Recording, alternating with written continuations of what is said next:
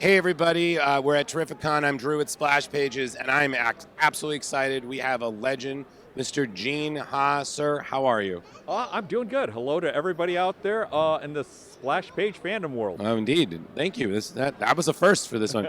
So, one of my first questions is about top 10, your work you did with Alan Moore, just absolutely phenomenal. So it's kind of a two-parter. So Alan taught, I believe he kind of gave you an impromptu lesson about over planning your characters. It was just like, go with the flow. Yeah, this is something I later read inside of Stephen King's book on writing. Uh-huh. But I first really learned it from Alan Moore, where he was plotting. He was plotting out a murder mystery starting with the first issue of Top 10, and then he didn't know how it was going to resolve, but he knew what the clue was that was going to be solved at a specific issue number. Right. And somebody was going to, the clue would repeat back to the detective, and she'd realize, oh, I know who solved it now that this clue has come back to me that I saw in the first. She doesn't say in the first issue, but of course, yeah. And it's like, I began asking him questions about this is a phone conversation I'd mentioned. Right. I'm talking about the script on the phone with Alan Moore while drawing the first issue of Top 10, and he explains that you don't want to overplot a comic book. So if you're going to do, say, a time travel comic book, by necessity, you have to plot almost everything and where you're going to go back and forth in time and where everything's details. And how everything's going to appear in each time period. Right. But there was no time travel inside of Top 10. Right. So he did as little as possible, and he trusted that by the time he wrote, I think it was the 8th or 9th issue, he would be just as creative as he was on the day he was writing the first issue. And that's the thing that you have to do. You have to trust that future you is going to be as smart and creative and as you are today. Right. And if you try to plot everything during the first issue, it means you're depending on your creative output for a single month to supply 12 months of creativity. Oh. You're locking yourself in. You're saying, future you have no right to be creative about this stuff. Wow. Only me in this month gets to be creative. Yeah, that sounds like something Alan Moore would. He didn't phrase it that way, though. Oh, I know, but that's still. me interpreting. Yeah, and I also think, correct me if I'm wrong, but you're responsible for the drunk Godzilla that gets taken down. No. In the book. No, I am. My idea I threw at Alan. Okay. Over the different phone conversation was. Right. You know, it'd be funny. What if they had to arrest Superman for drunk and disorderly, and he has super breath? Right. What's it like when he's doing projectile vomiting? And Alan said, oh, that's funny. Well, you know what would be even funnier? If it's not Superman, if it's Godzilla. And then it's like, he began spinning it out in detail, in an amazing detail. Right. And I could not keep up. And it's one of the few times in my life where I just could not at all keep up with someone being creative, so brilliantly creative, so fast. Wow. That's phenomenal. I mean, the thing that I especially remember I love, it was that it was an exterminator who was convinced that the mice in his apartment had like a crisis event, and they retconned, and he's trying to tell people like, no, these little bastards are responsible. I know it. Like they changed things, and no one believes him. And I'm just like, wow, what? Like, it's just one of those you think about later on. You're like, that was really clever. Like, Alan Moore, everybody. So another early, kind of backing up early. Oh, he just pointed out there was some time travel inside of Top 10. I forgot about it. Just a little bit. You got to read the book because I'm not going to spoil the rest for you. Back to what I was saying.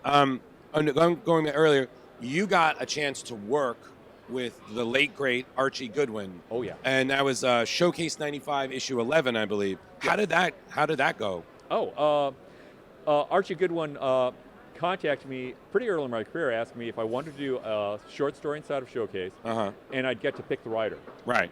And this is before I did Top 10, so I remain and was a huge Alan Moore fanboy. So I said, well, if I can get him, I'd want Alan Moore. Right. And Archie said, Alan does not have a good relationship with DC Comics right now. No. We can't get him. Who's your second choice? Okay. And so I told Archie, it's you. I was a huge fan of his work in Manhunter, right, and a lot of early Marvel comics. Yeah. And I think, I kind of feel, at the time I felt, and I think especially today, people forget what a brilliant writer he was, not just what a brilliant editor he was. Mm-hmm, absolutely. No, yeah, Archie was one of a kind, and in his loss in comics, just immeasurable. So kind of piggybacking, Archie was pivotal in editing and monitoring Starman. Oh, yeah. Which is one of my favorite DC books. And thank you again. I met you back in C2E2 in 2020, and you signed my books for me. You were great. Thank you so much. Oh, you're welcome. What was that like? I mean, you did some of the Times Past issues, so that was great. But you did The Shade. You were in you did the first issue of the miniseries back in like the mid 90s. Yeah. And you wrapped it up by doing issue 12 of the Shade series that was a part of the New 52. So what was that like, just contributing to Starman? Oh man, it was fun watching the whole development of Starman. I wasn't around for the very first issues, but actually one of the first conventions after I got out of art school in Detroit. Right. One of the first conventions I did as a professional was in Ohio. Okay. At a very tiny con, and I got to meet Tony Harris as a guest there. Wow. Before he was well known, and he was like showing us like art from the third issue of Starman, and we were just all being blown away by it. Yeah, seriously. Wow. And then getting a chance a few years later to actually contribute to the mythology he and Tony built up, Tony and James built up. Yeah, it was a huge honor. Yeah, no, absolutely. I mean, I just remember like seeing like the Shade book, and you do him, you establish the Ludlows, and then later on you show what happened, because we never knew. It was always hinted at. Yeah. And then it's just, wow, and it's beautiful. There was a lion. Read the book if you have no idea what I'm talking about. Yeah. And it was insane. And like I said, when I got a chance to meet you in 2020, I was like, Gene Haas there, where's my Starman? Like find the issues. Just thank you. So no, seriously, and it keeps getting reprinted. So your work is gonna live forever. I guess. Yeah, I kind of feel like, to be frank about a few things, like part of the reason why I developed my style at that time was I think the 90s were the dark ages of American comic book coloring. And I was fighting against the coloring system we had back then. Right. Because we just got computer coloring and we didn't know how to use it. Right. The few people were good at it and a lot of people were bad. And it was just like, oh God, I forgot where I was going with that story. Oh, it's fine. No, it was a great story. It was the dark ages. Yeah. So, and then to change the subject, you also did some work in Marvel, and you were responsible for fleshing out Cable. The Akani Sun. Yeah, I got to draw his childhood and his teen years. Yeah, and it was just the world building you did was phenomenal. So my question is, what was that like? Kind of, you're describing a future of a character who's in the present. So you're kind of filling in the blanks, and on top of it, your work is one of the few things in Marvel I think that didn't get retconned. Like, a lot of people are keeping too. Like, no, that's still canon. It's not just no. We did away with that. No. Yeah. Well, okay. So it's the future childhood of Cable. Supposed to be what, like 3,000 years in the future? Something like that. Yeah. Yeah. And when you looked at the early versions of what that future looked like, right, it looked like Blade Runner. Yeah. Which is supposed to be like 2019, 2016, something like that, 2017, somewhere around there. So it's like, 20 years in the future from the 1990s when we did it. Okay. And I was thinking, if it's 3,000 years in the future, it's not going to look like Blade Runner. Right. No, absolutely not. So yeah, me and Scott Lobdell kind of said, how far can we push this? Right. And we just got it weirder and weirder. Like, I'm going to say like one of the most William Burroughs-ish sequences ever in the history of American superhero comics. Right. Was the milk bar that Scott Lobdell wrote into the script for the beginning of Akani Sun, where the whole bar is underneath giant genetically engineered udders, and you're drinking from the udders or pouring from the udders. It's a really weird scene.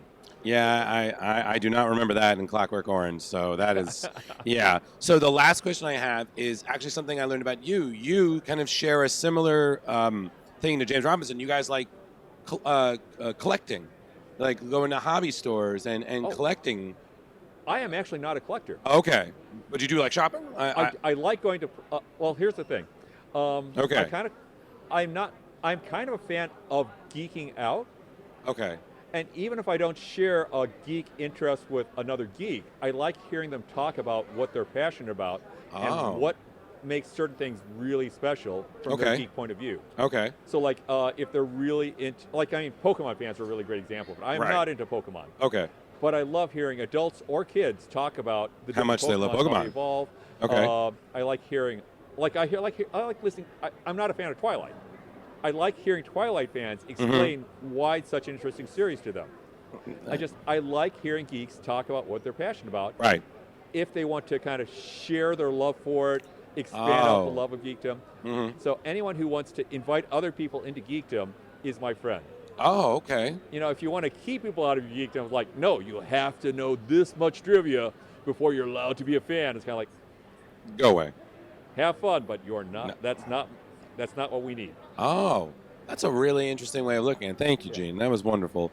So last question is, what are you working on right now that anyone watching can check you out? You have any new projects coming up? Or I have a few. The one that I can announce. Okay. Yes. Is Gail Simone recently posted that we are going to be working together on a spin-off from Patton Oswalt's Minor Threats. Oh. There's a spin-off book from that called The Alternates with a minor character called Crab Louie, and we're going to do a whole issue about him. Sweet. And his face, he's like a god of crustaceans or a crustacean elemental. And his face, which freaked me out for quite a while, I'm finally used to it.